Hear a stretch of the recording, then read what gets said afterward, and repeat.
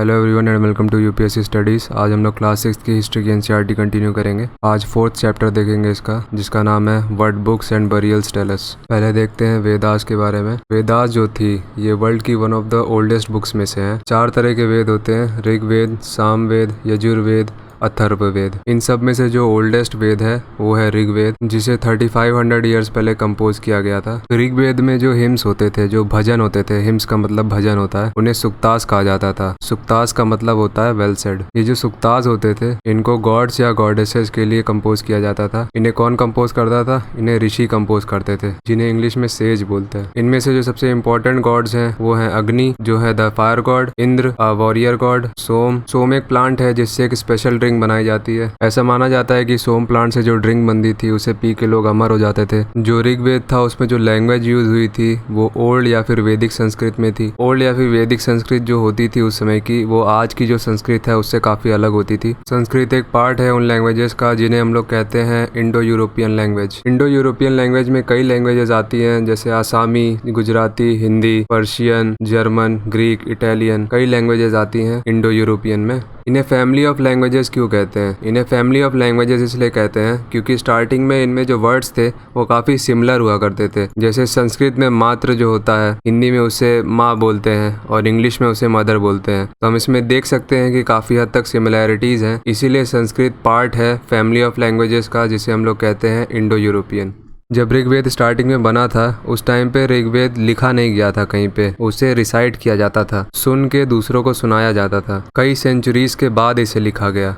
लोग जो जानवर पालते थे, जैसे गाय हो गई, बच्चे जो होते थे, स्पेशली जो बेटे होते थे और जो घोड़े होते थे, इन सब से रिलेटेड हमें प्रेयर्स मिलेंगी ऋग्वेद में। ऋग्वेद से हमें पता चलता है कि उस समय के लोग लड़ाइयाँ किस लिए लड़ते थे। उस समय के लोग लड़ाइयाँ लड़ते थे जानवर हथियाने के लिए, लैंड हथियाने के लिए, ताकि आसानी से वो अपने जानवरों को चारा खिला सके और खेती कर सके वहाँ पे, जैसे बारले की खेती कर सके। बारले को हिंदी में जौ कहते हैं। पानी के लिए लड़ाइयाँ होती थी, लोगों को बंदी बनाने के लिए भी लड़ाइयाँ होती थी। ऋग्वेद में हमें यजनास के बारे में जानने को मिलेगा। यजनास का मतलब होता है यज्ञ। यज्ञ में ऑफरिंग्स डाली जाती हैं आग में, और ये जो ऑफरिंग्स आग में डाली जाती हैं आज हम लोग इसे चढ़ावा बुलाते हैं। इसमें घी या फिर अनाज वगैरह डाला जाता है आग में। एनिमल्स का सेक्रीफाइस आग में बहुत कम होता था उस समय, और ये जो यज्ञ वगैरह किए जाते थे ये सब देवी देवताओं के लिए किए जाते थे। और ये 2 नाम है जिनका यूज आपको ऋग्वेद में बहुत ज्यादा मिलेगा। पहला है ब्राह्मण्स और है राजाज। ब्राह्मण्स उन्हें कहा जाता था जो लोग रिचुअल्स परफॉर्म करते थे, यानी जो पूजा पाठ वगैरह कराते थे, उनको ब्राह्मण्स कहा जाता था।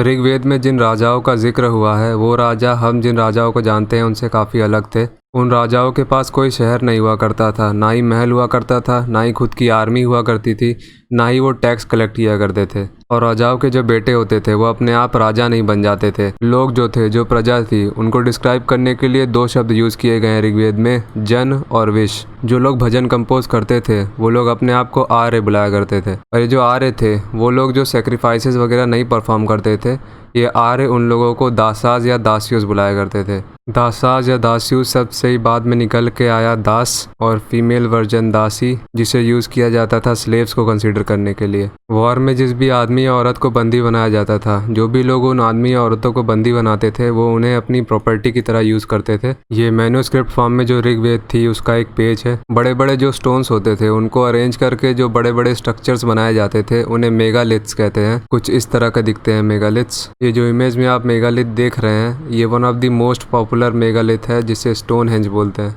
ये इमेज विल्टशायर की है जो इंग्लैंड में है।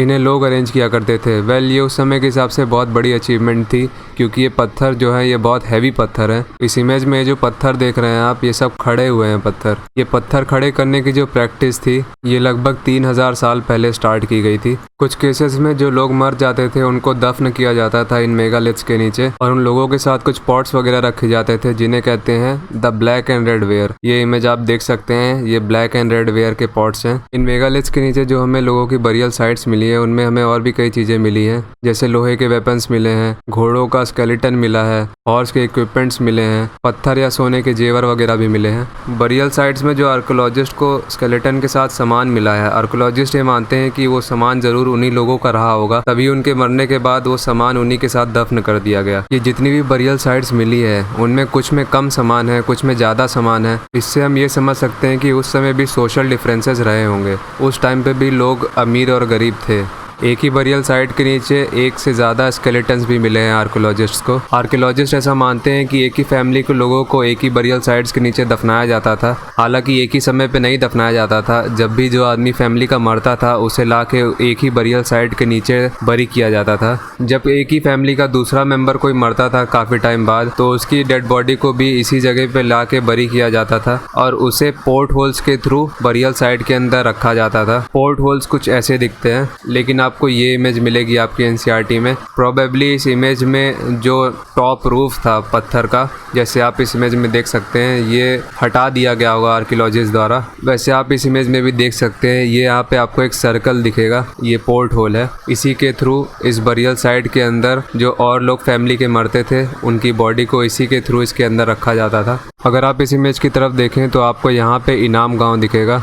आज से 2700 ईयर्स पहले से 3600 ईयर्स पहले के बीच में लोगों ने यहाँ पे रहना शुरू किया था। यहाँ पे ज़्यादातर जो एडल्ट्स होते थे उनको बरी किया जाता था ज़मीन में। बरी करते वक्त उनकी बॉडी को स्ट्रेट करके उनका हेड नॉर्थ की तरफ किया जाता था, उसके बाद फिर उन्हें बरी किया जाता था। इनाम गांव में जो घर थे, आर्कियोलॉजिस्ट को कुछ कुछ जगह पे उन घरों के अंदर ही बरियल साइट्स मिली हैं। आर्कियोलॉजिस्ट को स्केलेटन के पास वेसल्स भी मिले हैं कई, और ऐसा मानते हैं आर्कियोलॉजिस्ट की उन वेसल्स में खाना और पानी वगैरह रखा जाता था बॉडी के साथ। आर्कियोलॉजिस्ट को इनाम गांव के पास से वीट और बार्ले के बीज भी मिले हैं, तो आर्कियोलॉजिस्ट ऐसा मानते हैं कि शायद उन समय के लोग खेती भी किया करते थे। कई बोन्स भी मिली हैं आर्कियोलॉजिस्ट को जिन पे कट मार्क्स मिले हैं। इससे हम लोग ये समझ सकते हैं कि उस समय के लोग एनिमल्स को एज फूड यूज करते थे, एनिमल्स को खाते भी थे। जो लड़के या फिर एक लड़की की बॉडी होती है, उनकी बॉडी में कुछ खास डिफरेंस होता नहीं है, तो आर्कियोलॉजिस्ट को पता कैसे चलता होगा कि ये एक लड़के या फिर एक लड़के की बॉडी है? वेल, आर्कियोलॉजिस्ट ये पता करते हैं कुछ माइनर डिफरेंसेस को चेक करके। जैसे जो हिप और पेल्विक एरिया होता है एक वुमेन के स्केलेटन में, वो कंपैरेटिवली लार्जर होता है एक मेल के कंपैरिजन में। ऐसा इसलिए होता है क्योंकि वीमेन एक बच्चे को जन्म देती हैं, इसलिए पेल्विक और हिप एरिया जो होता है वो कंपैरेटिवली लार्जर होता है वीमेन में। अब बुक में आगे बताया गया है कि चाइना में राइटिंग एविडेंस कब मिला। जो सबसे पुराना एविडेंस मिला है चाइना में राइटिंग का, वो आज से करीब 3500 साल पहले का मिला है। उस समय की जो राइटिंग्स मिली हैं चाइना में, वो जानवरों की हड्डियों पे राइटिंग्स मिली हैं, और चाइनीज इसे ओरेकल बोन बुलाते हैं, क्योंकि उस समय जो लोग थे वो इन ओरेकल बोन्स का भविष्य बताने में इस्तेमाल करते थे। उस समय भविष्य कैसे बताते थे लोग? मान लो किसी राजा को अपना भविष्य पता करना है, तो राजा फॉर्चून टेलर के पास जाएगा और फॉर्चून टेलर एक हड्डी मांगेगा। उस हड्डी में वो लिखेगा कई चीजें, जैसे राजा जीतेगा कि नहीं जीतेगा, और भी कई सवाल लिखेगा। उसके बाद फिर उस हड्डी को आग में फेंक देगा, और आग में जाने के बाद कुछ टाइम बाद उस हड्डी में कई क्रैक्स आ जाएंगे। फिर फॉर्चून टेलर उस हड्डियों में जो क्रैक्स आए हैं उनको एग्जामिन करेगा। उसके बाद फिर प्रेडिक्ट करेगा कि राजा वॉर जीतेगा कि नहीं जीतेगा, और भी जो सवाल थे उन सबका जवाब देगा। However they did not know the use of iron. 3500 साल पहले चाइना में लोगों को पता नहीं था कि कैसे लोहे का इस्तेमाल किया जाता है, वो बताया हुआ है इस लाइन में। तो आज के लिए इतना ही। अगर आपको वीडियो पसंद आई हो तो लाइक, शेयर, कमेंट और सब्सक्राइब कर दीजिएगा। God bless you all.